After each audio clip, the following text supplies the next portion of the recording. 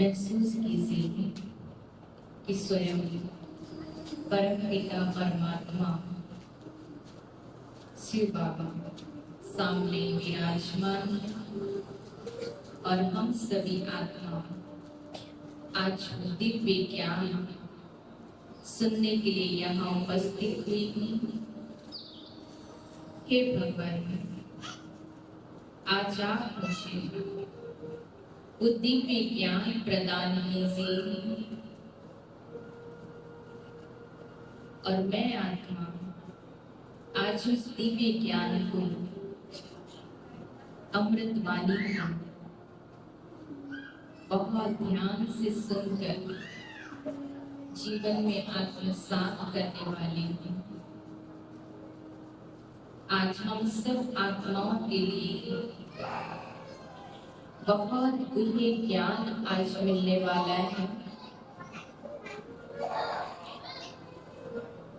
जो सागर मंथन हुआ उससे जो रत्न निकले, उससे जो अमृत निकला, आज वही अमृत हम सभी आत्माओं को बंटने वाला है। तो अमृत सबसे लास्ट निकला था, तो जो 14 रत्न निकले आज हम आत्माएं उसे बहुत ध्यान से सुनेंगे और जीवन में आत्मसात करेंगे। और आज हम यहाँ से अमृत लेकर ही जाएंगे।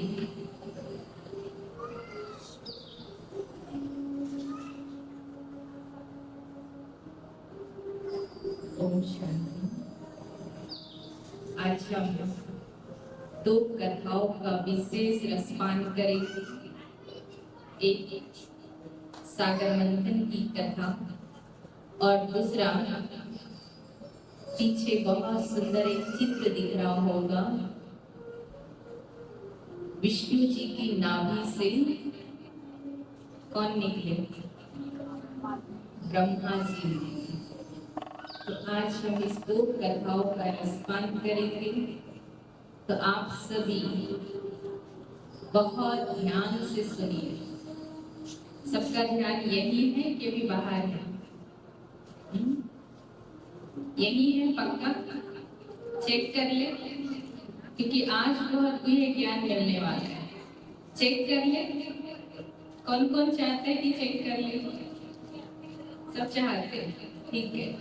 हम जैसा बोलते जाएंगे वैसा आपको करना है, ठीक है। जैसा हम बोलेंगे वैसा आपको करना है। सभी ने ध्यान से सुन लिया? क्या करना है? जैसा हम बोलेंगे वैसा आप सबको करना है ना? 3 शब्द हम बोलते जाएंगे, आपको करना है ना? पहला है नमस्कार। तो नमस्कार में सबको हाथ जोड़ना है। दूसरा है हेलो। तो हेलो में आगे हाथ करना है। और तीसरा है सलाम अलैकुम। तो हमें हाथ मस्तक पे रखना है। समझ में आ गया? पहला नमस्कार, दूसरा हेलो और तीसरा समझ में आ गया सबको? हम जैसा बोलेंगे वैसा आपको करना है। नमस्कार, हेलो, सलाम अलैकुम। नमस्कार, हेलो, सलाम अलैकुम, हेलो। क्या हुआ? मतलब आपकी कुछ लोग बाहर हैं, है ना? हैबिट बन गई। कुछ लोग ऐसे कर रहे थे। हमने कहा जैसा हम बोलेंगे वैसा करना है। आपने क्या किया? जैसा हम कर रहे थे वैसा आप कर रहे थे, है ना? तो सुनने और देखने में अंतर होता है, अंतर है ना? तो हमारे भी जीवन में कुछ ऐसा ही परिवर्तन तो नहीं आता? हम जो चीज देखते हैं और जो चीज सुनते हैं, अंतर होते हैं ना? फिर जीवन में समस्या आने लगती है। एक बार एक माता जी को पता चला कि भागवत की कथा करवाने से पुण्य मिलता है। उस माता जी ने भागवत की कथा रखी, कथा करवाई, 7 दिन की। भगवान प्रसन्न हो गए और उस माता जी से भगवान ने कहा, मांगो तुम्हें क्या चाहिए। अब माता जी ने सोचा भगवान जी प्रसन्न हो गए, आज तो मैं सब कुछ मांग लूं। लेकिन भगवान ने कहा एक कंडीशन है, तुम जो भी मांगोगी उसका 2 गुना पड़ोसी को मिलेगा। शर्त मंजूर है? माता जी को लगा कोई बात नहीं, कम से कम मेरे पास तो आ ही जाएगा। माता जी ने भगवान से कहा, मुझे बहुत सुंदर एक घर चाहिए। खुद को एक मिला, पड़ोसी को बिना मेहनत के 2। उन्होंने कहा मुझे गाड़ी चाहिए, पड़ोसी को कितनी मिली? उन्होंने जो चीज भी मांगा, पड़ोसी को कितना मिला? शर्त के अनुसार 2 गुना। अब माता जी के अंदर क्या होने लगा? अपने घर से जब ज्यादा पड़ोसी के घर दिखाई दे तो मन में क्या आने लगता है? बोलिए, ईर्ष्या का भाव। उन्होंने कहा मेहनत मैंने किया, कथा मैंने कराई और फल। तो उन्होंने कहा भगवान मेरी एक आंख ले लो। क्या हुआ? पड़ोसी की दोनों आंख चले गई। पड़ोसी परेशान। उन्होंने कहा ऐसा तो मैंने कुछ किया नहीं, भगवान मेरी आंख कैसे चलेगी? तो भगवान वहां प्रसन्न हुए। भगवान ने कहा आपने कुछ नहीं किया, ये सब किया था आपके पड़ोसी का। समझ में आ गई उन्हें बात? तो उन्होंने कहा मांगो, आपको क्या चाहिए, लेकिन आपके साथ भी कंडीशन है, जो आप मांगेंगे उसका आधा आपके पड़ोसी को मिलेगा। क्या मांगा होगा उन्होंने? बताइए, क्या मांगा?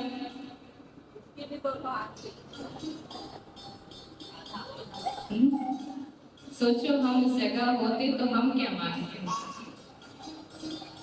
उन्होंने आंख नहीं मांगी। भगवान से कहा भगवान मुझे आंख नहीं चाहिए, क्योंकि सबसे ज्यादा धोखा कौन देता है? का आंखों ने देखा कि पड़ोसी के घर दुगना आ गया तो मन में ईर्ष्या आया, है ना? इसलिए उन्होंने आंख मांग लिया। कहा लेकिन मुझे आंख नहीं चाहिए, ना ही कोई सुख सुविधा के साधन चाहिए, बल्कि मुझे वो चाहिए मेरे अंदर इतनी करुणा, इतनी दया, इतना प्यार भर दीजिए ताकि मैं पड़ोसी को क्या कर सकूं? माफ कर सकूं। हमें क्या मांगना है? तो हमें ईर्ष्या नहीं करनी है, आंखों की संभाल करनी है। कौन सी आंखों की? ये आंखें को तो चश्मा लगा के हमने सेट कर लिया, लेकिन जो हमारी मन की आंखें हैं, आज हमें उसकी भी संभाल करनी है। अच्छा, सागर मंथन जो हुआ था किस किस के बीच हुआ था? असुर और देवताओं के बीच हुआ। आज यहाँ भी हम सागर मंथन करने वाले हैं। अच्छा, कौन कौन तैयार है सागर मंथन करने के लिए?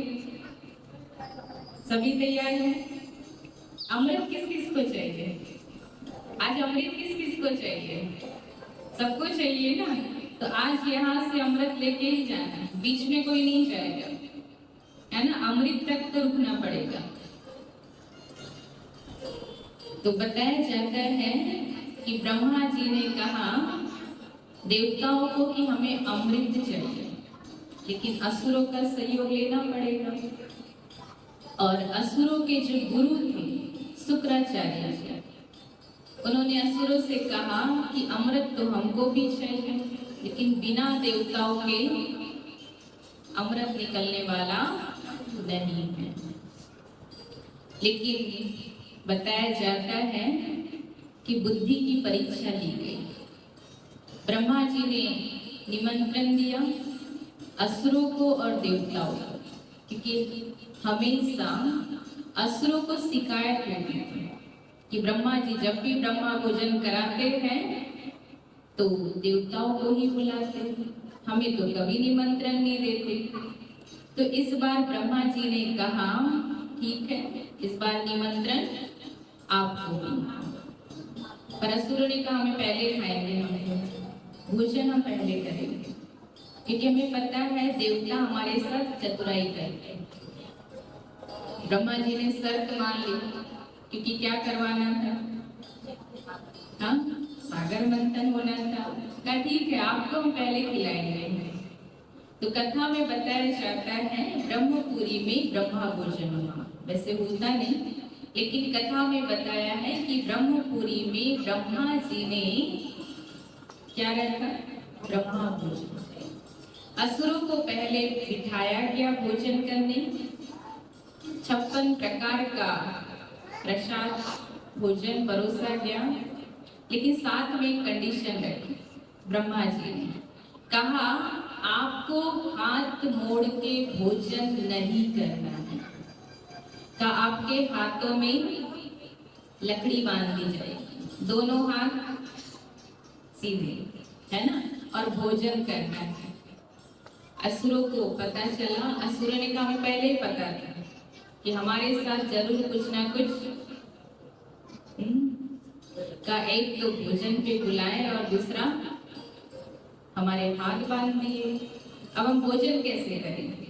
गुस्सा आ गया, उन्होंने भोजन नहीं किया, भोजन को अस्त व्यस्त बिखर गया, उठ के चल दिए। दूसरी ओर देवताओं को भी भोजन पर बिठाया गया, उनके साथ भी वही कंडीशन थी, है ना, उनके साथ भी वही कंडीशन कि हाथ मोड़ना नहीं है पर भोजन करना है, लकड़ी बांधनी। लेकिन देवताओं ने बड़े प्यार से भोजन स्वीकार किया, अन्न का एक दाना भी नीचे नहीं गिरा। कैसे किया होगा, कैसे किया होगा भाइयों?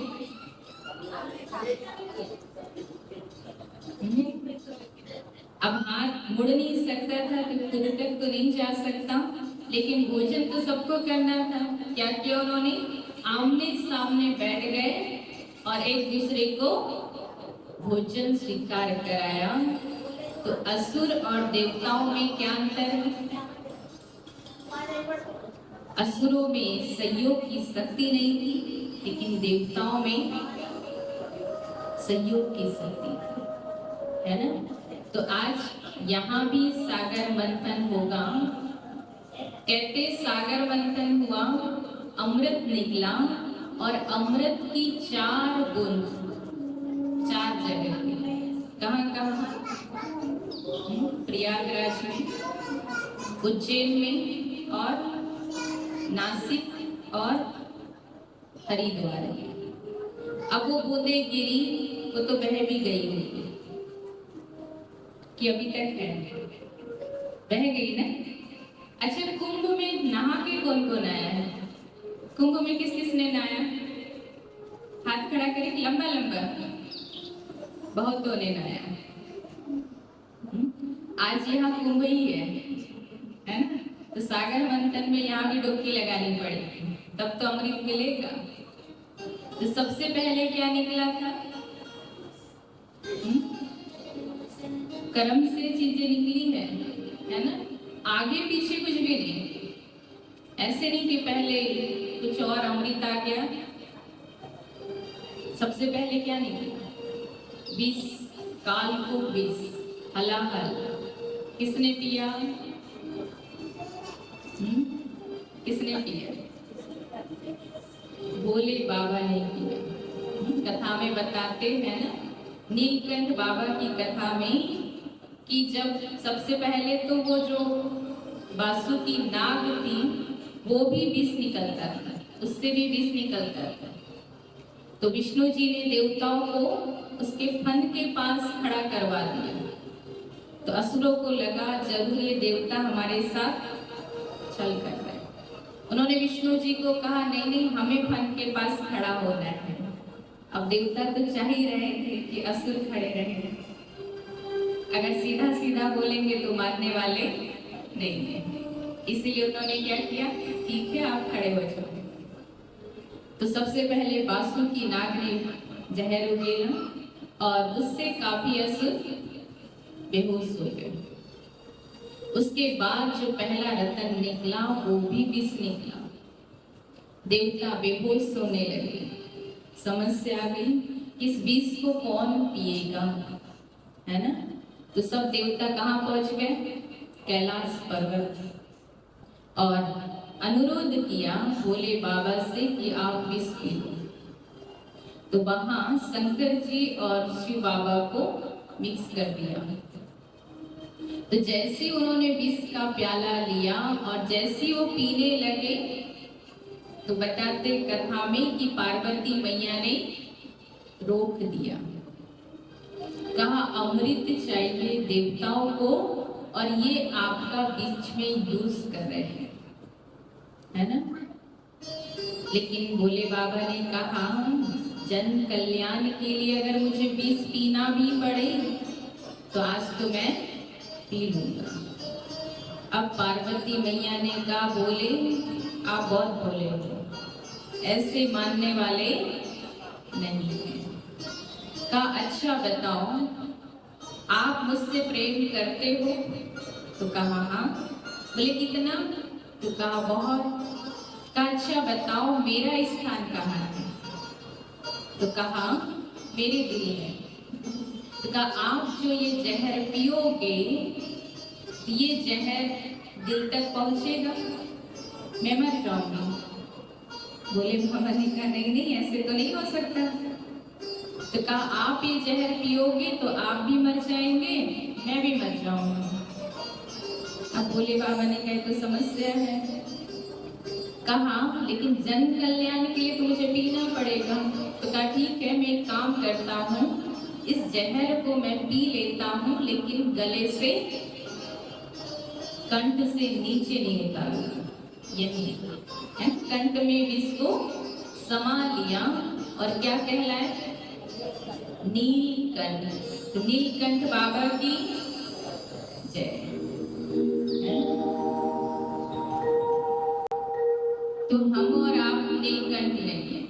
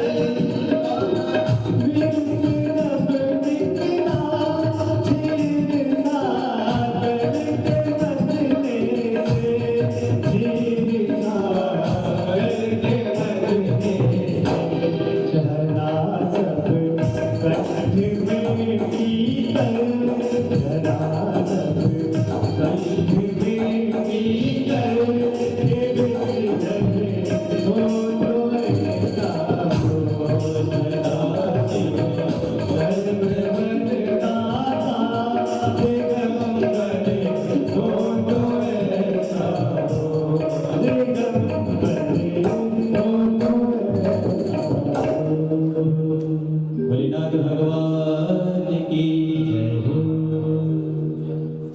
सागर मंथन से हलाहल निकला, लेकिन आज यहाँ हम दो प्रकार का सागर मंथन सुनने जा रहे हैं। वेद व्यासी ने जो देखा था, गणेश जी के द्वारा जो लिखवाया था, वो सागर मंथन की कथा तो हम सब ने सुनी है। लेकिन आज हम यहाँ दो प्रकार की कथा का श्रवण करेंगे। एक होता है सागर मंथन, दूसरा होता है विचार सागर मंथन। और विचार सागर मंथन कहाँ होगा? कौन से सागर में? बताते, वहां तो भगवान ने कच्छ अवतार लिया मंदराचल पर्वत को रखने के लिए। भगवान के अवतारों की भी कथा हम आगे सुनेंगे। लेकिन विचार सागर मंथन कहाँ होगा? हमारे मन में होगा। और हमारे मन में भी दो प्रकार की प्रवृत्ति है, एक आसुरी प्रवृत्ति और एक देवी प्रवृत्ति। सभी के अंदर है, सभी के अंदर है ना। एक साइड हमारे देवता बैठे और एक साइड असुर बैठे। मान लो आप बहुत प्यार से यहाँ कथा का श्रवण कर रहे हैं, तो आपका कौन सी प्रवृत्ति जागृत है? देवी प्रवृत्ति। आप सब मुस्कुरा रहे हो, देवी प्रवृत्ति जागृत है, क्योंकि देवता मुस्कुराते हैं। और आप कथा समाप्त होने के पश्चात आप यहाँ से बाहर निकलेंगे और आपकी आंखों के सामने आपकी चप्पल ही किसी ने फेंक दी।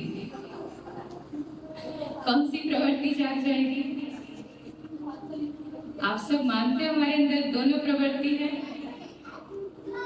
तो वहां हुआ था सागर मंथन, यहाँ होगा विचार सागर मंथन। तो सबसे पहले कौन सा विष निकलेगा यहाँ? अपमान और निंदा। क्योंकि देवता और असुर अच्छा कार्य करने जा रहे थे, अमृत लेने के लिए। तो अमृत लेने से पहले क्या निकला? विष। आज हम भी यहाँ से अमृत लेकर ही जाएंगे। तो सबसे पहले यहाँ क्या निकलेगा? अपमान और निंदा का जहर। किसको पिलाना है? खुद नहीं पीना है ना। आप जब अच्छे कार्य के लिए जाते तो लोग आपको टोकेंगे। खूब ओम शांति में जाना पड़ रहा है, खूब अच्छी अच्छी बातें करनी पड़ रही है। रोज सुबह आप जल्दी उठेंगे ना तो लोग आप पे हंसेंगे, आपकी निंदा भी होगी, अपमान भी लोग करेंगे। लेकिन अपमान और निंदा का जहर किसको पिलाना है? भोले बाबा को, नीलकंठ बाबा को पिलाना है। क्योंकि हम नीलकंठ नहीं हैं। चाहे दुख की बातें हो, सुख की बातें हो, अपमान की बातें हो, निंदा की बातें हो, सब चीज किसको सुनानी है? भोले बाबा को सुना दो, वो किसी और को नहीं सुनाने वाला। मान लो आपने मुझे सुना दिया अपने दिल की बातें, दिल हल्का करने के लिए। हो सकता है मेरी बहुत अच्छी फ्रेंड है, सहेली हो, मैंने उसको सुना दिया। अब उसकी कोई और अच्छी सहेली होगी, वो उसको सुना देगी। बातें कहाँ चलेगी? हम साथ में एक एडवाइस देते हैं, मेरी बहुत पर्सनल बात है ना, किसी से मत करना, किसी को मत बताना। लेकिन आधा घंटा भी नहीं लगेगा, पूरे गांव में चले जाएगी। लेकिन भोले बाबा को सुनाओगे तो वो किसी को नहीं बताने वाला। तो अपमान का घुट पीना नहीं है ना। कब तक पिएंगे अपमान का घुट? इसीलिए किसको सुना दो? सब भोले बाबा को सुना देंगे और हल्के हो जाएंगे। तो कौन सा? विचार सागर मंथन से सबसे पहला रतन कौन सा निकला? निंदा और अपमान। दूसरा रतन निकला था सागर मंथन से कामधेनु गाय। किसके पास गई? बंटवारा हो रहा था, कुछ असुरों के पास चीजें जा रही थी, कुछ देवताओं के पास, है ना। विष निकला, भोले बाबा के पास पहुंच गया। कामधेनु गाय निकली, ऋषि वशिष्ठ जी के पास पहुंच गए, है ना। इसलिए गौदान ऋषियों को करते हैं। और बताया जाता है कि कामधेनु गाय एक ऐसी गाय थी कि सर्व मनोकामनाओं को पूर्ण कर देती। तो वहां निकली कामधेनु गाय, और यहाँ जब विचार सागर मंथन करेंगे तो यहाँ भी कामधेनु गाय निकलने वाली। कामधेनु गाय अर्थात मनोकामनाएं हमारी भी पूर्ण होने वाली है। हमारे अंदर विशेषताएं जागृत हो जाएगी जब हम मान अपमान निंदा स्तुति को सहन कर लेंगे, तो हमारी भी मनोकामनाएं पूर्ण हो जाएगी, विशेषताएं जागृत हो जाएगी, प्रतिभा का दूध मिलेगा। अब सोच रहे हमारी तो उम्र हो गई, अब क्या विशेषता है? हर एक आत्माओं के अंदर विशेषताएं हैं, बस हम उसको देख नहीं पाते। विचार सागर मंथन जब हुआ तब ये चीजें निकल रही थी। तीसरे नंबर पे क्या निकला? सागर मंथन हुआ, तीसरे नंबर पे क्या निकला? ओजस्वी घोड़ा, पंख वाला, उड़ता था। किसके पास गया? अच्छा, किसके रथ में लगा था वो घोड़ा?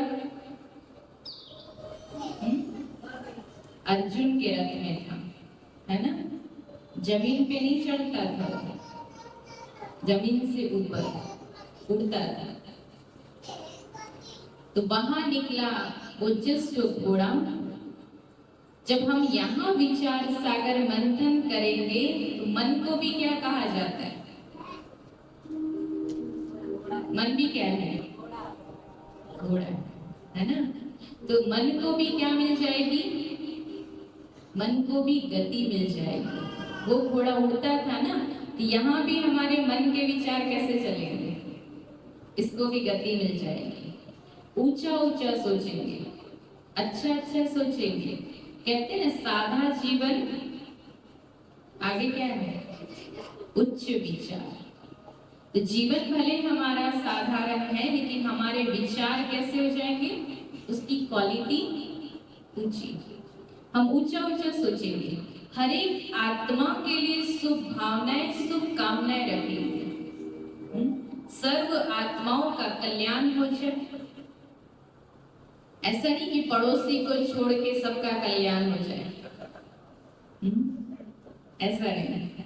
पड़ोसी का भी कल्याण हो, देवर जिठानी का भी कल्याण हो, सबका कल्याण हो। अकेले का नहीं सोचना, है ना। ऊंचा ऊंचा सोचो, पॉजिटिव सोचो, अच्छे विचार मन में लाओ। जब यहाँ ओजस्वी घोड़ा निकलेगा ना, तब हमारे विचारों की क्वालिटी ऊंची हो जाएगी। सागर मंथन से चौथे नंबर पे कौन निकला? क्या निकला? ऐरावत हाथी। किसके पास गया? इंद्र के पास, है ना। ऐरावत हाथी कहाँ पहुंच गया? इंद्रदेव के पास। आपने देखा होगा, जब नगर में हाथी आता है, गांव में पहले बहुत आते थे, तो हम सब क्या करते थे? उस हाथी की पूजा करते थे, है ना। उसको फल खिलाते थे, पैसे देते थे, उसको खाने के लिए देते थे, है ना। बहुत खुश होते थे। लेकिन एक प्राणी ऐसा था जिसको बड़ा कष्ट होता था। कौन? हाँ, गांव के सभी लोग खुश होते थे जब गांव में हाथी आता था, उसकी पूजा अर्चना होती थी, खाने को मिलता था। लेकिन गांव का एक प्राणी ऐसा था जिसको बड़ा कष्ट होता है। कौन? कुत्ता। वो क्या करता है? हाथी के पीछे भोंकता है ना? और भोंकने के दो कारण हैं। एक तो सोचता है कि इसका साइज मेरे से कैसे बड़ा है ना? और दूसरा वो कहता है मैं इसी गांव का हूँ, मैं इसी नगर का हूँ, जब मैं किसी के घर जाता हूँ तो लोग मुझे भगा देते हैं। अब ये आया है, इसकी पूजा हो रही है, तो क्या करता है? भोंकता है। आगे से नहीं भोंकता है कभी, देखा है आपने? पीछे से भोंकता है, क्योंकि इसको पता है अगर मैं आगे से भोंका तो मेरी हैसियत पता चल जाएगी, इसलिए वो क्या करता है? पीछे से भोंकता है। लेकिन हाथी को कोई फर्क नहीं पड़ता, वो अपनी मस्ती में आगे चला जाता है। उसको जो भी देते हो अपनी महावत को दे देता है ऊपर। अब वो नगर पार करता है, और जब वो नगर पार करने लगता है तो कुत्ते क्या करते हैं? उसके पीछे पीछे जाएंगे भोंकते हुए, और जब वो नगर क्रॉस कर लेता है तो सब कुत्ते वापस आते हैं और आपस में क्या कहते हैं? अच्छा भोंका, मजा आया। ऐसी चर्चा होती है उनकी। क्या कहते हैं? अच्छा भोंका, मजा आया। तो वहां निकला था हाथी, एरावत हाथी, है ना? यहाँ जो विचार सागर मंथन होगा तो यहाँ कौन सा हाथी निकलेगा? जब हमने अपमान निंदा का जहर पी लिया, सहन कर लिया, हमारे अंदर विशेषताएं जागृत हो गई, मन को गति मिल गई, जब हमारे विचारों की क्वालिटी बढ़ गई तो हमने महारत हासिल कर ली। हाथी मतलब महारथी, है ना? तो हमारा ऊंचा स्थान मिल गया हमें। तो जब हमें जीवन में ऊंचा स्थान मिल जाता है, जीवन में सफलताएं मिल जाती, तो कुछ लोग ऐसे होते हैं जिनको बहुत दिक्कत होती। वो क्या करते हैं? वो फिर किसी की बातें करते हैं, बस कुछ नहीं करते। कहा तुझा जीवन पिंडियो बादाम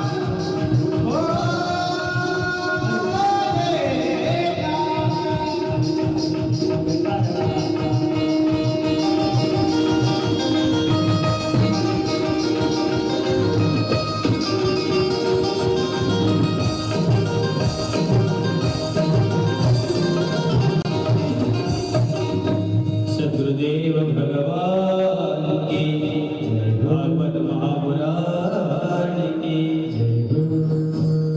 ओम शांति। आज श्रीमद् भागवत ज्ञान यज्ञ में यहाँ पर पधारे हुए सभी भाई और माताएं आपके चरणों में मेरा प्रणाम। आज अभी संजू भाई ने गायन निमाड़ी में बोला कि भगवान का ही लिखा था थारा खाता हूँ, तो असली संजू भाई यहाँ सब भाई बहन खाता में निकालने आया है। कुछ काम लाता भाई बहन का नाव छे काम तो हम यहाँ आपको बताना चाहूँगा। दिनेश भाई मलगांव वाले 100 रुपये, प्रमोद भाई मलगांव वाले 50 रुपया, नंदलाल भाई सुरगांव जोशी 500 रुपया, रामचंद्र भाई सुरगांव जोशी 100 रुपया, रामेश्वर राठौड़ भिंगावा नानकारी वाले भाई 1100 रुपया, कड़वाली ढेबरा कोरगला वाले भाई 500 रुपया, परमानंद सामड़िया सुरगांव जोशी 200 रुपया, बनवारी पटलिया भिंगावा वाले जो कि यहाँ के प्रमुख कार्यकर्ता है 500 रुपया, आनंद सिंह तवाई डोमारा वाले 200 रुपया। ओम शांति। चिड़िया चोच भर ले गई, नहीं घटा सऊ करे,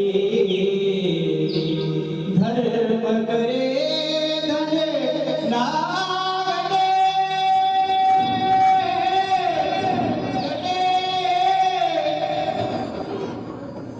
धर्म करने से धन नहीं घटता। बाबा सबको खुश रखे, मस्त रखे और स्वस्थ रखे। बोलो हर हर महादेव। सागर मंथन की कथा हम सब सुन रहे हैं। सभी सुन रहे ध्यान से, सभी सुन रहे ध्यान से। प्रमाण दीजिए। जाग रहे सभी। एक बार अपने लिए ताली बजाएं।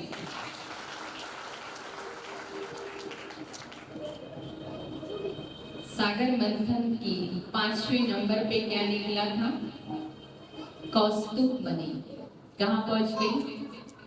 विष्णु जी के पास, है ना। और मणि कहाँ विराजमान हुई? मस्तक में। और 6वें नंबर पे निकला कल्प वृक्ष। कल्प वृक्ष की कथा में बताया जाता है कि एक राहगीर था। जितना शास्त्रों में लिखा है उतनी कथा मैं आप सबके सामने रखती हूँ। बताया कि एक बार एक राहगीर रास्ते से जा रहा था। गर्मी का समय था, थक गया। उसे लगा कि बहुत जोर की प्यास लगी है, तो क्या करे। जैसी मन में विचार आया कि बहुत जोर की प्यास लगी और सामने पानी पहुंच गया। फिर सोचा कि साथ में भूख भी लग रही। जैसी मन में विचार आया, भोजन की थाली आ गई। और खाना खाने के बाद कौन सा विचार आता है? थोड़ा आराम करके, है ना। ने सोचा थोड़ा सा सो जाता हूँ, तो बढ़िया पलंग बिछा हुआ आगे। और जैसे वो सोया, मन में फिर विचार आया, कितना घना जंगल है और इस पेड़ के नीचे कहीं भूत पिशाच तो नहीं। कौन आ गया? कहा रे कहीं ये मुझे परेशान तो न करने लगे। क्या होने लगा? फिर मन में विचार आया कि कहीं मुझे खा तो नहीं जाएंगे, और कथा खत्म। इतनी ही। मैंने बहुत सारे जगह पढ़ा, लेकिन कथा इससे ज्यादा नहीं। अब मन में विचार आया, जब इस कथा को पढ़ रही थी, मुझे लगा कि वो जो भाई था वो सिर्फ सोच रहा था, बोला नहीं। जो कोई रिकॉर्डिंग कर रहे, उनने सिर्फ सोचा। अब भूत पिशाच तो कथा लिखेंगे नहीं, है ना। अब जिसने सोचा वो भी नहीं है, अब देखने वाला तो कोई था नहीं, तो कथा कैसे आई। विवेक व्यास जी के मन की संकल्पना की रचना है, और सागर मंथन से कल्प वृक्ष निकला था। सामने चित्र दिख रहा है, जिसको नहीं दिख रहा हो, कथा के पश्चात इस चित्र को देखकर जरूर जाना। ये चित्र समझाने के लिए सीधा दिख रहा है, लेकिन ये सृष्टि रूपी कल्प वृक्ष है, और बताया जाता है कि कैलाश पर्वत पर गया, है ना। अब वो कहाँ लगा है कैलाश पर्वत पे, वो आज दिन तक किसी को नहीं मिला। तो वो जो व्यक्ति था वो कौन से वृक्ष के नीचे था? कल्प वृक्ष के नीचे। जैसे कामधेनु गाय सर्व की मनोकामनाओं को पूर्ण करती थी, उसी प्रकार ये कल्प वृक्ष भी। इस कल्प वृक्ष के नीचे बैठ के आप कोई भी मन्नत मांग लो, पूरी हो जाएगी।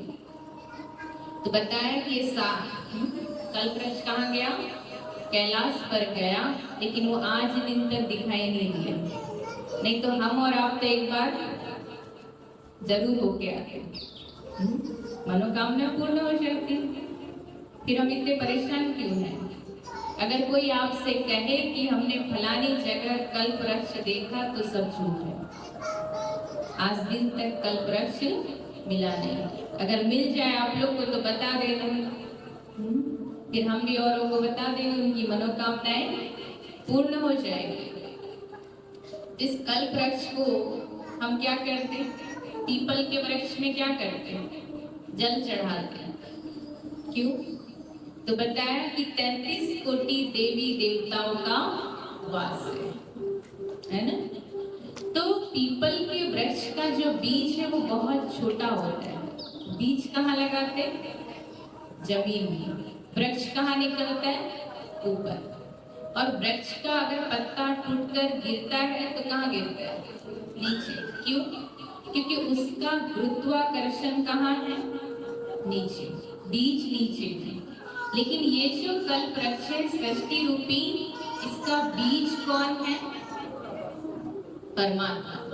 और कहाँ है? परमात्मा का घर कहाँ है? कल बताए थे ना, परम धाम, ऊपर। तो जब हम शरीर छोड़ते हैं तो शरीर कहाँ गिरता है? ऊपर के नीचे? नीचे। क्योंकि शरीर का गुरुत्वाकर्षण नीचे, क्योंकि प्रकृति के 5 तत्वों से बना हुआ। लेकिन आत्मा कहाँ जाती? ऊपर। क्योंकि आत्मा का बीज कहाँ है? उसका गुरुत्वाकर्षण कहाँ है? ऊपर। तो आत्मा ऊपर जाती है।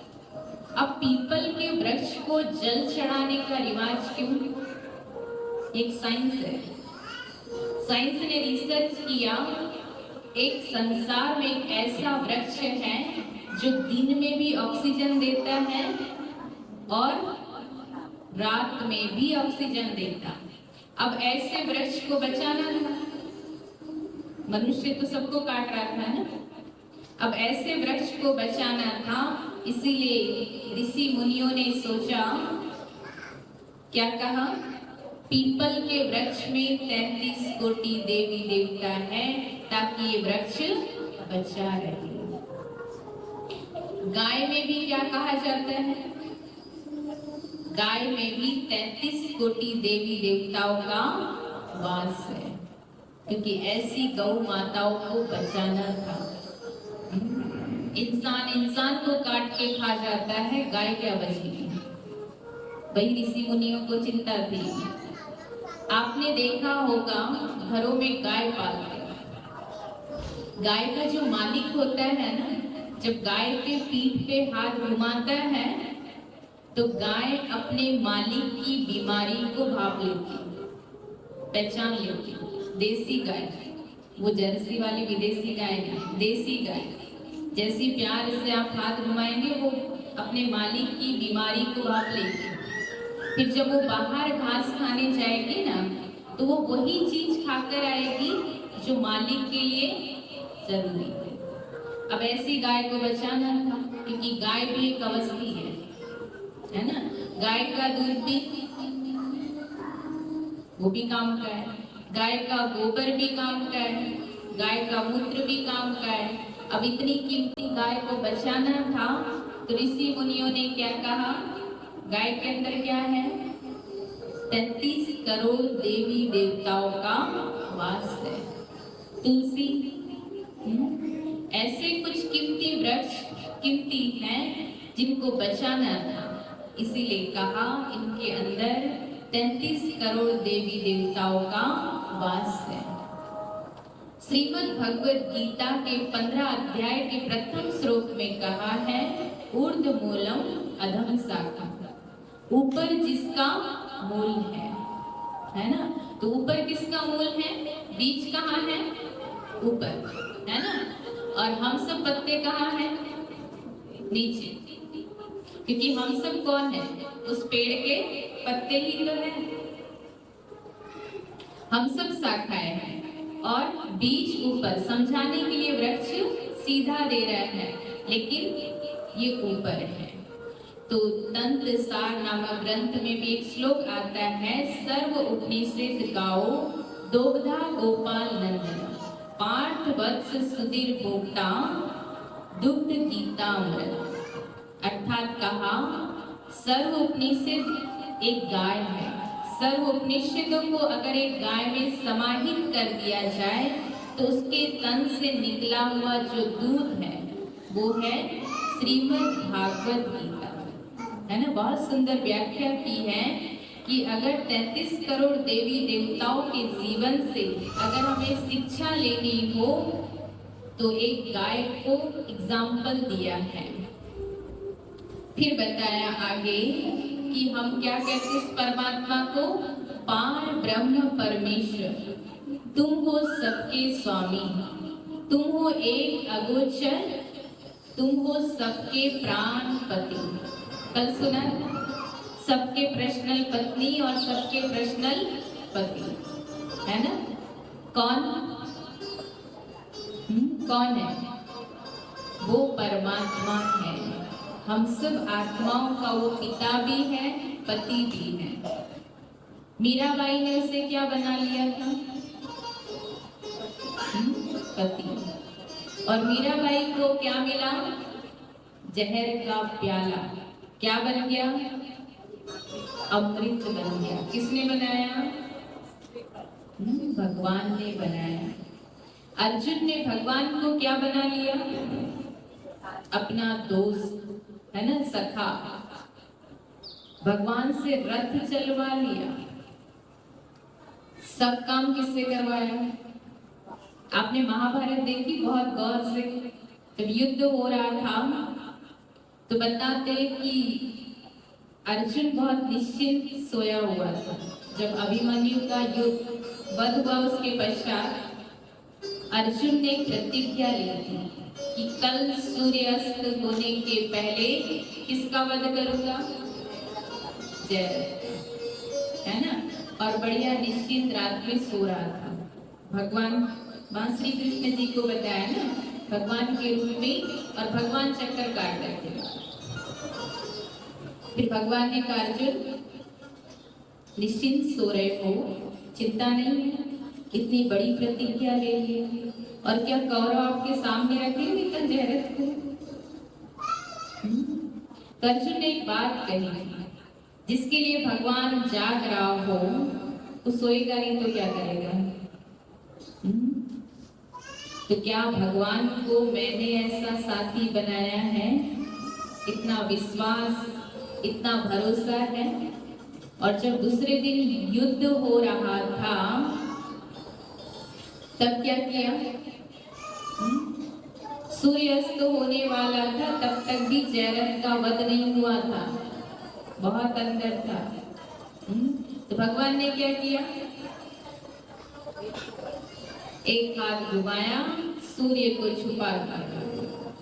सबको लगा तो सूर्यास्त हो गया, अर्जुन अग्नि समाधि लेने वाला है। सब पहुंच गए देखे, जयरथ भी पहुंच नहीं, है ना, उसको बहुत रोका गया कि नहीं जाओ। कहा नहीं, मुझे तो अपनी आंखों से देखना है कि अर्जुन अग्नि समाधि कैसे लेते। और जैसी जयरथ सामने आया, भगवान ने क्या किया, एक हाथ घुमाया, सूर्य बाहर आए और भगवान ने अर्जुन से कहा, अर्जुन ये रहा सूर्य और ये रहा जयरथ, अब चला दो। तो क्या भगवान मेरा इतना सच्चा साथी है? हम गाते तो बहुत अच्छा है, तुम्ही हो माता पिता, तुम्ही हो, तुम्ही हो बंधु सखा, तुम्ही। तो आज से हमारे भले 100 रिश्तेदार क्यों ना हो, अगर आज एक बढ़ जाए, कोई हर्जा तो नहीं ना? बोलोगी दीदी आपको क्या पता रिश्तेदारी कैसे चलानी पड़ती है, कितना खर्चा आता है। टेंशन नहीं लो, खर्चा नहीं आने वाला है ना। भगवान को अपना साथी बना लो और उनसे हर काम, ऐसा नहीं हर काम मतलब हर वक्त किसकी याद हो। आपने कोरोना काल में देखा होगा, जैसे ही पता चल गया कोरोना हो गया, सगे ने हाथ छोड़ दिया था, कौन काम आया उस वक्त? कौन याद आ रहा था? अपना परिवार, मित्र, संबंधी, कोई साथ नहीं दे रहा था, तब वो साथ दे रहा था, है ना। तो अभी से किसको बना ले हम साथी? उस परमात्मा को हम अपना साथी बना ले। सागर मंथन जब चल रहा था तो 6वें नंबर पे निकला कल्पवृक्ष और 7वें नंबर पे निकली थी अप्सरा। अप्सरा कौन? जो इंद्र जी के राज्य में डांस करती थी, वो सागर मंथन से अप्सरा निकली और कहाँ पहुंच गई? इंद्र जी के पास, है ना। तो वहां वो अप्सरा निकली थी। यहाँ जब विचार सागर मंथन होगा तो हम सबके जीवन में भी अप्सरा आएगी। ऐसा नहीं है कि पुरुषों के जीवन में अप्सरा होगी, स्त्री हो या पुरुष, हर एक के जीवन में अप्सरा आएगी। अप्सरा माना वासनाएं जागेगी, मन में गंदे विचार आएंगे, वासनाओं के ख्याल आएंगे, काम वासनाओं के। कहते ना, शरीर भया बूढ़ा, तृष्णा हुई जवान। आज आप बाहर की दुनिया की न्यूज सुनेंगे, हमसे ज्यादा पता है, आप ज्यादा न्यूज़पेपर पढ़ते और न्यूज देखते हो। कैसे कैसी न्यूज आती कि खुद का पिता, खुद के दादाजी ने खुद की पोती का क्या कर लिया, जेल में है, आजीवन कारावास, अभी लेटेस्ट घटना चल रही है। तो हम सब के जीवन में वासनाएं जागेगी, हमें यहाँ अटकना नहीं है। कहते शरीर भया बूढ़ा, तृष्णा हुई जवान। आप सब कभी भगवान के महावाक्य सुनते होंगे, तो भगवान अपने महावाक्य, जिसको हम कहते मुरली, तो भगवान मुरली में कहते हैं कि भले मन में ख्याल आ जाए, वासनाओं के गंदे विचार क्यों ना आ जाए, पर कर्मेंद्रियों से कभी वो कर्म नहीं करना। तो हम सब के पास वासना आएगी, कहीं भी रहो। 8वें नंबर पे कौन निकली? लक्ष्मी जी। कहाँ पहुंची? विष्णु जी के चरण दबा रही है। सोचने वाली बात है, कौन सी लक्ष्मी की बात है? बहुत सारी लक्ष्मी है ना, कोई एक लक्ष्मी नहीं थी। ग्रह लक्ष्मी, वैभव लक्ष्मी, धन लक्ष्मी। अब सोचने वाली बात है, भाई लोगों को तो ये चित्र देख के दिल को बड़ी ठंडक पहुंचती है कि लक्ष्मी जी क्या कर रही है, पैर दबा रही है। अब सोचने वाली बात है कि सतयुग में नारायण जी कौन से थक गए थे? जो लक्ष्मी जी उनके पैर दबा रही। वहां महारानी लक्ष्मी जी पैर नहीं दबा रही। कौन सी लक्ष्मी दबा रही? धन लक्ष्मी, है ना। अब आप कहोगे कि यहाँ भी पैर दबाने की बात हुई है, तो यहाँ के नारायण जी खेती में काम करते, कभी दर्द हो तो दबा दिया करो। ऐसे नहीं कि मना किया है तो नहीं दबाएंगे। यहाँ के नारायण जी कार्य करते हैं, है ना। वहाँ के सतयुग के नारायण जी कोई काम नहीं करते थे, दी थे। इसलिए कैसे लेते हैं? शेष सैया पे आराम से, है ना। जब कोई काम नहीं होता तो हम भी ऐसे लेटे रहते थे। तो विष्णु जी को भी कोई काम नहीं, वो भी शेष सैया पे आराम से लेटे हुए हैं। तो सतयुग में धन का स्थान कहाँ था? चरणों में, है ना। धन वहां चरणों में था क्योंकि वहां धन की वैल्यू नहीं थी। आज धन का स्थान कहाँ है? धन को कहाँ रखा है? सिर में कि दिल में? भाई लोग कहते जेब में।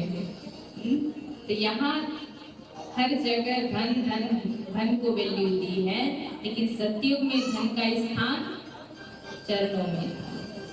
तो जब हमने विष पी लिया, अपमान निंदा का महारत हासिल कर ली, जब हमने अप्सराओं पे जीत पा ली, काम वासनाओं पे जीत पा ली, तो हमारे जीवन में क्या आएगी? लक्ष्मी। पेट भरने की भगवान ने गारंटी ली है कि मैं अंत तक बच्चों को दाल रोटी खिलाऊंगा। पेटी भरने की गारंटी नहीं। हम सब के पास धन आएगा, पर्याप्त धन होगा कि हमारा गुजारा हो जाए।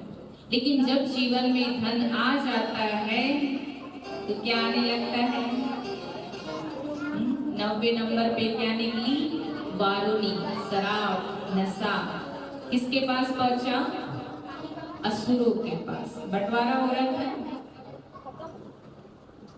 तो यहाँ कोई शराब तो नहीं पीता है ना?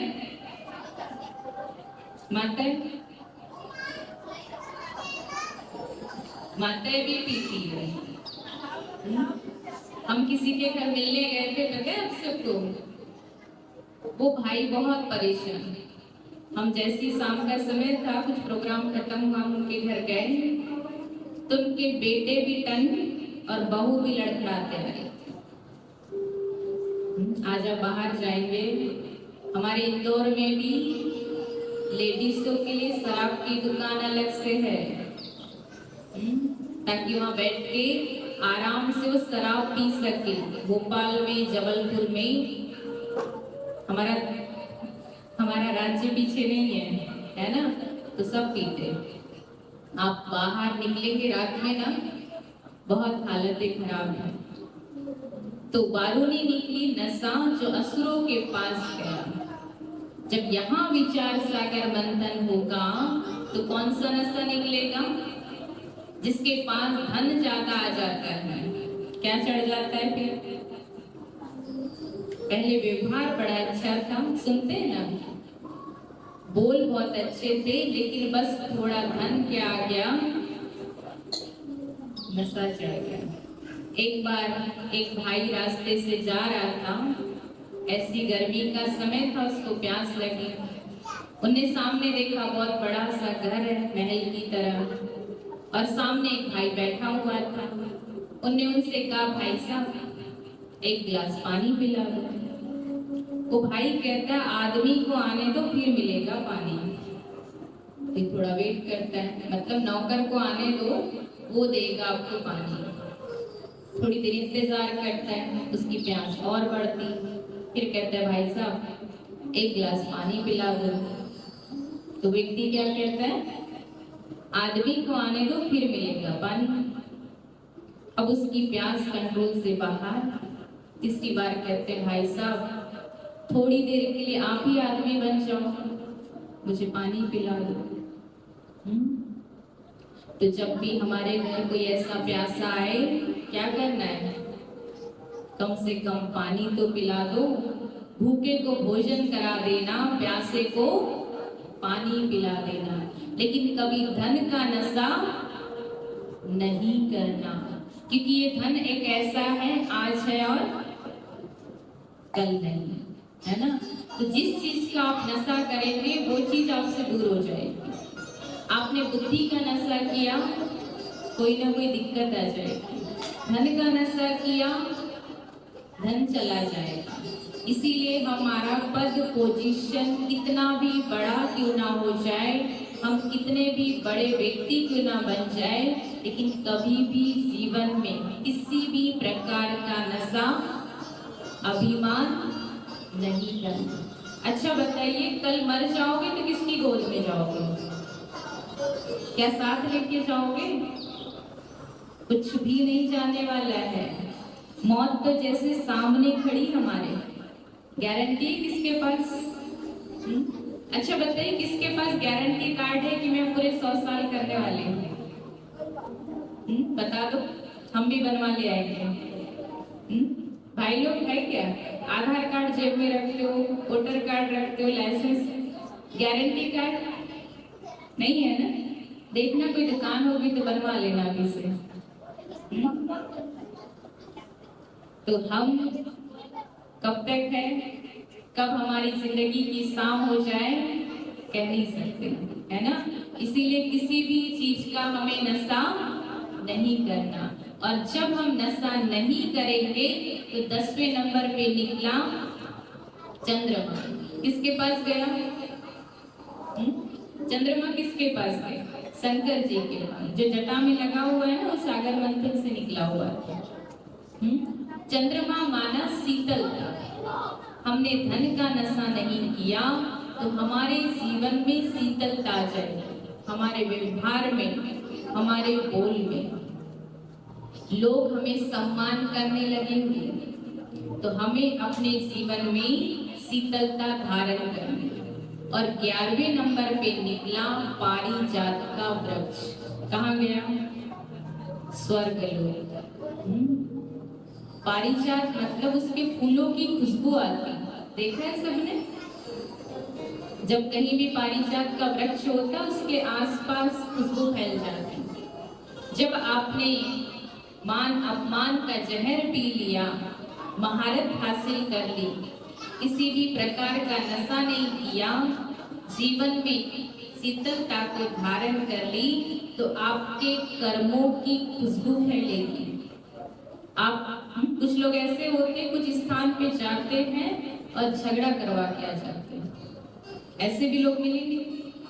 और कुछ लोग ऐसे होते हैं कि झगड़ा किया हुआ स्थान पे शांति करके आ जाते हैं। देखा है आप सबने ऐसे व्यक्ति? तो हमारी गिनती ऐसे लोगों में होगी, हमारे कर्मों की खुशबू फैलेगी, लोग हमसे मिलेंगे, लोग हमको अपने कहाँ रखेंगे? कौस्तुभ मणि कहाँ थी? मस्तक में, है ना। तो हमें भी लोग अपने मन में रखेंगे। फिर 12 नंबर पे निकला पांचजन्य संघ। कहाँ पहुंचा? कृष्ण जी के पास, है ना, जो शंखनाद करते थे युद्ध के पहले। तो ये मुख भी क्या है हमारा? क्या है? संघ, है ना। कौन सा संघ? हमारे मुख को भी कौन सा संघ बनाना है? पांचजन्य संघ। वो संघ नहीं, संघ भी वैरायटी होती है। एक होता है डपोर संघ, जिसकी आवाज बड़ी कर्कश होती है। तो हमें अपने मुख से कैसी वाणी निकालनी है? कैसे? कई लोग होते हैं जिसकी वाणी बड़ी मधुर होती है, लोग उसको इंतजार करते हैं, अपना दुख दर्द उसके पास बताएंगे, आधा हल्का ऐसे हो जाते हैं। तो हमें अपनी वाणी को सदा मधुर बनाना है ना। किसी से भी मिलो, प्यार से मिलो। आप कितने सुंदर हो लोग याद नहीं रखने वाले, लेकिन आपकी वाणी कितनी अच्छी है लोग उसको याद करेंगे कि देखो कितने प्यार से मिला, कितने प्यार से बोला। तो हमें वो चीज बनना है कि लोग मुझे याद करें। क्योंकि जब हम संसार से जाएंगे, हम अपना जीवन कैसा बनाएं? हम अपना जीवन ऐसा बनाएं कि जब हम इस संसार से जाएं तो संसार हमारे अभाव को महसूस करे, वो ये याद ना करे कि अरे बड़ा सुंदर था चला गया। क्या याद करें? तो आप कैसा जीवन जीना चाहेंगे कि हमारे जाने के बाद भी लोग हमें याद करें? तो याद कैसे करेंगे? हमारी वाणी अच्छी होगी, हमारे कर्म अच्छे होंगे तो हमें याद जरूर करेंगे। और 13 नंबर पे निकली धन्वंतरी और हाथ में क्या लेकर आई? कलश। किस चीज का? अमृत का कलश। तो 14 नंबर पे निकला अमृत। इतने आसानी से नहीं मिला, पहले क्या पार करना पड़ा? 13 रत्न जीवन में धारण करेंगे तभी जीवन में अमृत आएगा। और जब हम ये कौन कौन से रत्न निकले? पहले नंबर पे क्या निकला बताइए? 20 निकला। कालकूट विष। विचार सागर मंथन किया तो कौन सा विष? निंदा और अपमान का विष। दूसरे नंबर पे क्या निकली थी? कामधेनु गाय, मनोकामनाओं को पूर्ण करने वाली। हमारे भी जीवन में विशेषताएं जागृत हो जाएगी। तीसरे नंबर पे क्या निकला? ओजस्वी घोड़ा जो उड़ता था। मन को क्या मिल गई? गति, ऊंचा सोचना, साधा जीवन, उच्च विचार। और चौथे नंबर पे क्या निकला? सबको याद है क्या निकला? ऐरावत हाथी, है ना? जब हम महारत हासिल करेंगे, जब हम अच्छे कार्य के लिए जाएंगे तो हमारे पीछे लोग क्या करेंगे? बोल मत देना ऐसे किसी कि आप कुत्ते हो, भोग रहे हो, है ना? संबंध खराब हो जाएंगे, ऐसे नहीं कहना है ना? क्योंकि जीवन में ऐसी बातें तो आएगी। 5वें नंबर पे क्या निकला? कौस्तुभ मणि। 6वें नंबर पे कल्पवृक्ष। 7वें नंबर पे अप्सरा। हर एक के जीवन में अप्सरा आएगी। विकारों के ख्याल चलेंगे, गंदे वासनाओं के ख्याल आएंगे। शरीर भया बूढ़ा, तृष्णा हुई जवान। 8वें नंबर पे लक्ष्मी जी। और 9वें नंबर पे नशा, वारुणी, शराब। 10वें नंबर पे चंद्रमा, जीवन में शीतलता। और 11वें नंबर पे पारिजात का वृक्ष, कर्मों की खुशबू फैलेगी। 12वें नंबर पे संग, कौन सा? कौन सा संग? 5 जन्य संग। और 13 नंबर पे आई धन्वंतरी, क्या लेकर? अमृत, है ना? तो हमारा जीवन भी कैसा बनाना है? अमृतमय बनाना है। और जिसका जीवन सचमुच में अमृतमय होगा वो हर आत्मा की बातों को सुनेगा। निशानी क्या है? हमें कोई अपनी प्रॉब्लम सुनाता है ना, कई लोग कहते हैं अरे दीदी कमर दर्द हो रही है, घुटना भी दुख रहा है। हम सुनने से पहले क्या कहते हैं? अरे आपका तो कुछ भी नहीं है, मेरा तो कंधा भी दर्द दे रहा है, मेरा तो पेट भी दर्द। अरे सुन लो ना, क्या जाता है? तो हम किसी की समस्या सुनते नहीं और अपना। तो जिसके जीवन में सचमुच में अमृत होगा वो धैर्यता से हर एक की प्रॉब्लम को सुनेगा। और सिर्फ सुनेगा ही नहीं बल्कि उसकी समस्या का समाधान देगा। तो आज हमें यहाँ से क्या लेके जाना है? अमृत लेके जाना है। पायो जी मैंने राम रतन पायो, पायो जी मैंने राम रतन पायो, पायो जी मैंने राम रतन पायो, पायो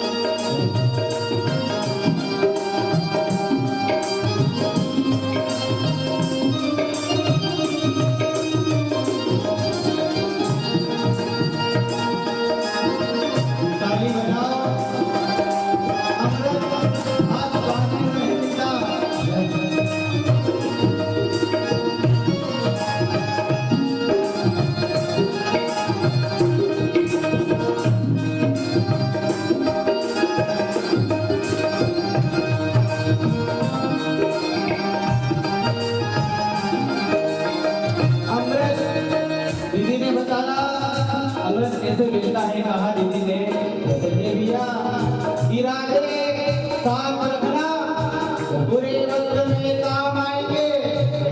दीदी ने कहा संजय भैया इरादे साफ रखना, बुरे वक्त में काम आएंगे, और जीवन की नैया मझधार में आपकी तो किनारा करने स्वयं राम आएंगे।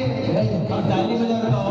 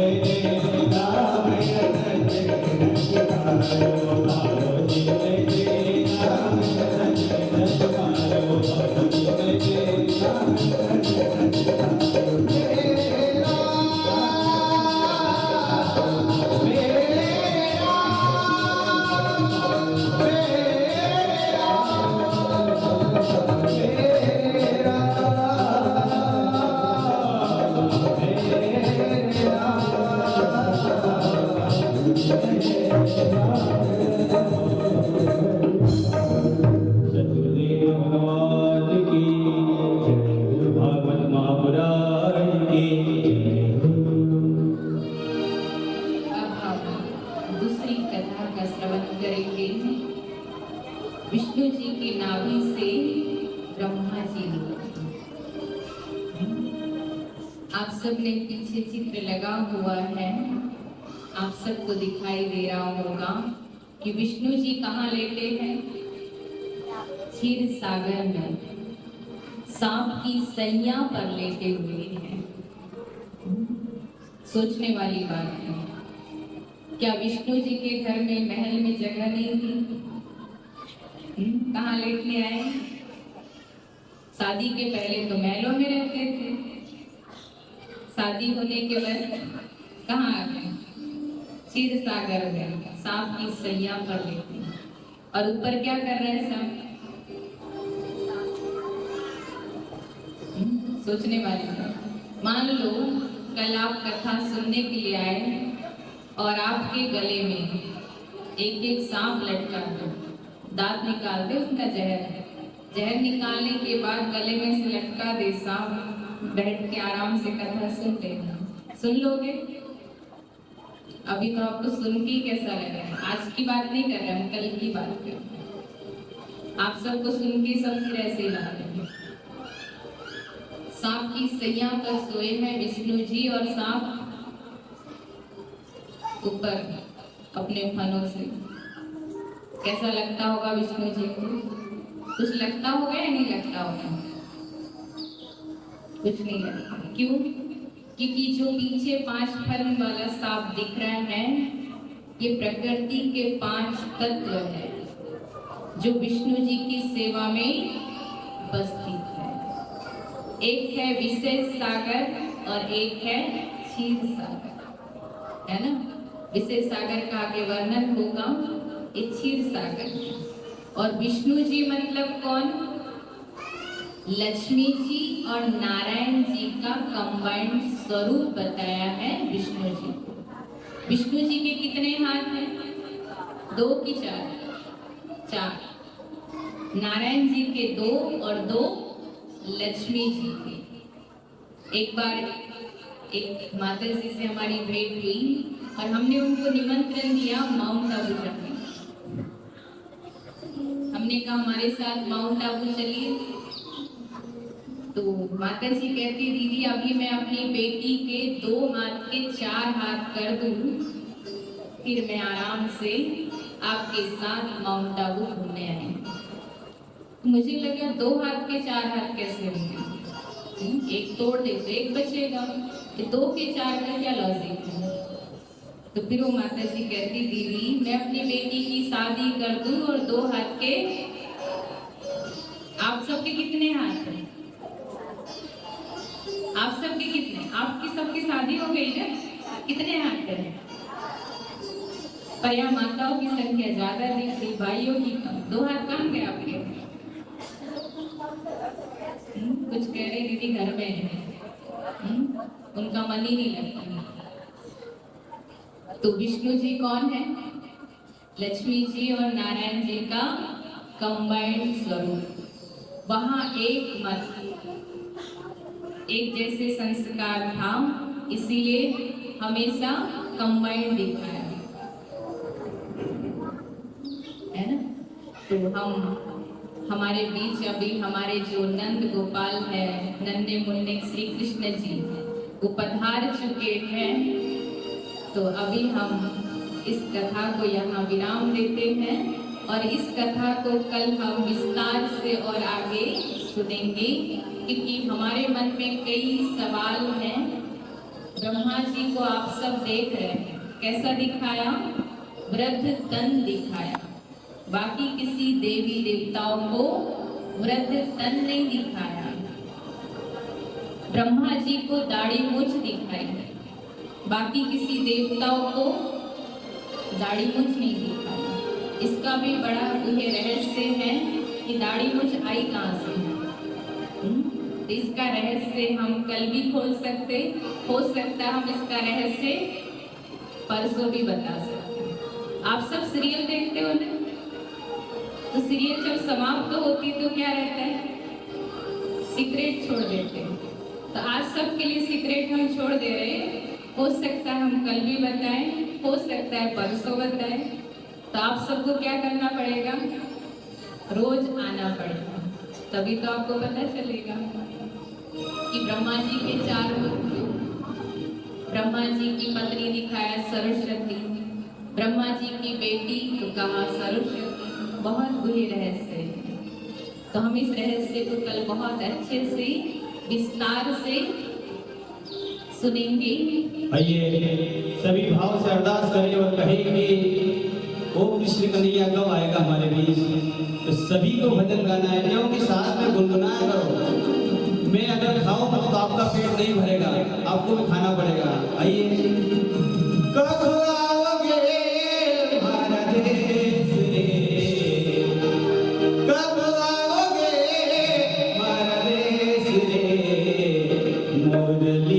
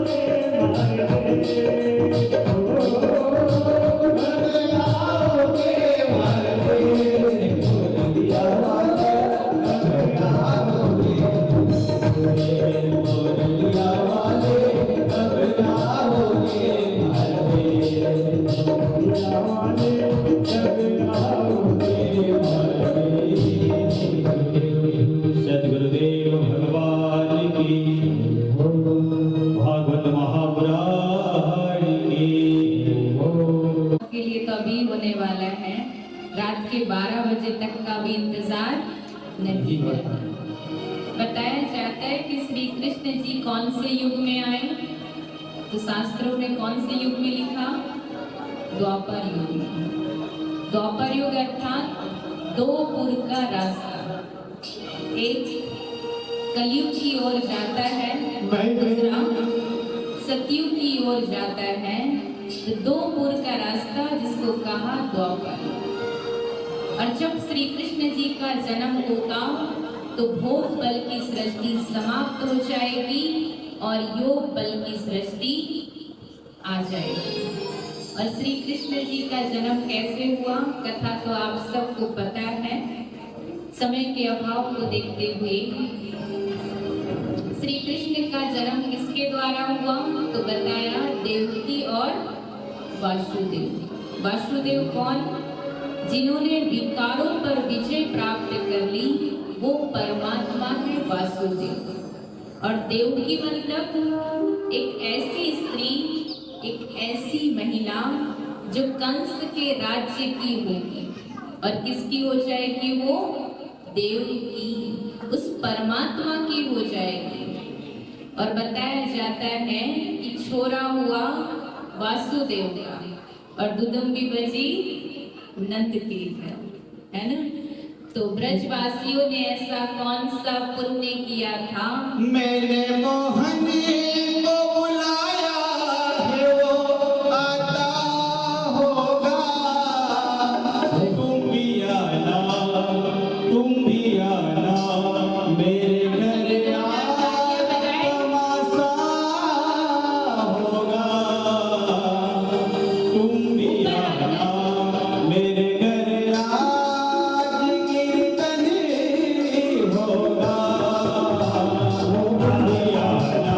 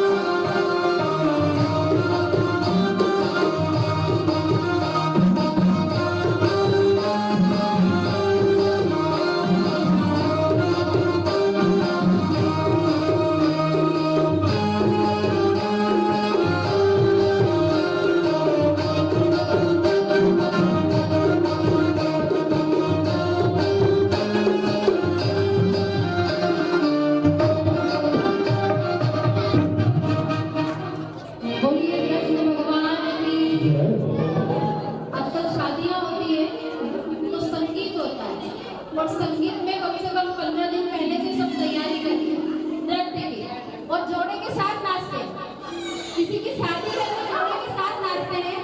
यहाँ हमारे भाई भजन गा गा करके आप सबको बोल रहे हैं कि नाचो, तो आप उठ नहीं रहे। तो सभी माताओं को भी उठना है और हमारे भाई लोगों को भी उठना है, छोटा सा बच्चा बनकर के नृत्य करना है। क्योंकि आप सबको पता होगा कि शंकर जी को कभी बीमारी नहीं हुई, न कृष्ण जी बीमार पड़े। क्यों नहीं पड़े? क्योंकि शंकर जी तांडव करते थे।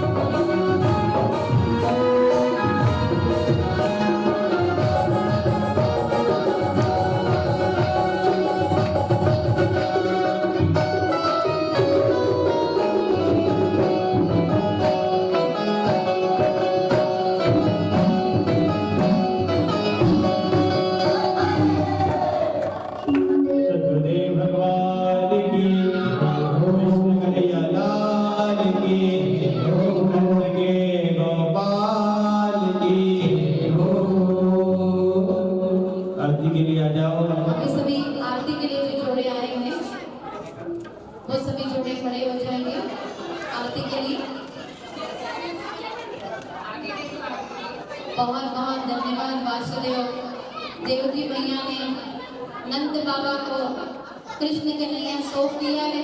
बोलिए कृष्ण कन्हैया लाल की, वासुदेव देवकी की और नंद बाबा की। नंद बाबा रोकने को उठा लीजिए। आरती के लिए सभी आ जाए, खड़े हो जाएंगे। आरती का वक्त हो गया है, सभी आरती के लिए बिना और कोई भी बिना प्रसादी के जाएगा नहीं। आज विशेष हमारे परुण वाले राजेश भाई दसोरे जी ने अपनी तरफ से यहाँ भोग बनवाया है, तो सभी उस भोग का प्रसादी ग्रहण करने के पश्चात ही सभी जाएंगे। बहनों से निवेदन करके कि दो बहनें भाइयों की तरफ और दो बहनें माताओं की तरफ विशेष जन्माष्टमी के उपलक्ष्य में हमारे राजेश भाई ने आप सबके लिए साबूदाने की खिचड़ी बनवाई है। जोरदार करतब वाले से राजेश भाई ऐसे विशेष दानदाता का हम धन्यवाद करते हैं। और लाइन लगा के धीरे धीरे से प्रसादी लेंगे। लाइन आरती वाली बहनें आगे आ जाए, दीपक जला। जो भी इस कार्यक्रम में विशेष सहयोग प्रदान कर रहे हैं उन सभी का भी बहुत बहुत धन्यवाद। आखिरी दिन भी यहाँ पर भंडारा होगा और कल आप सभी को 56 भोग भगवान को क्यों अर्पण कराए जाते हैं उसकी कथा सुनाई जाएगी। साथ ही साथ यहाँ पर भी भोग लगेगा, तो आप सभी भी अपने अपने घर से फल लेकर के आएंगे, भगवान के आगे अर्पण करेंगे और ऐसे 56 भोग का महत्व आप सभी को बताया जाएगा। बोलिए नंद घरा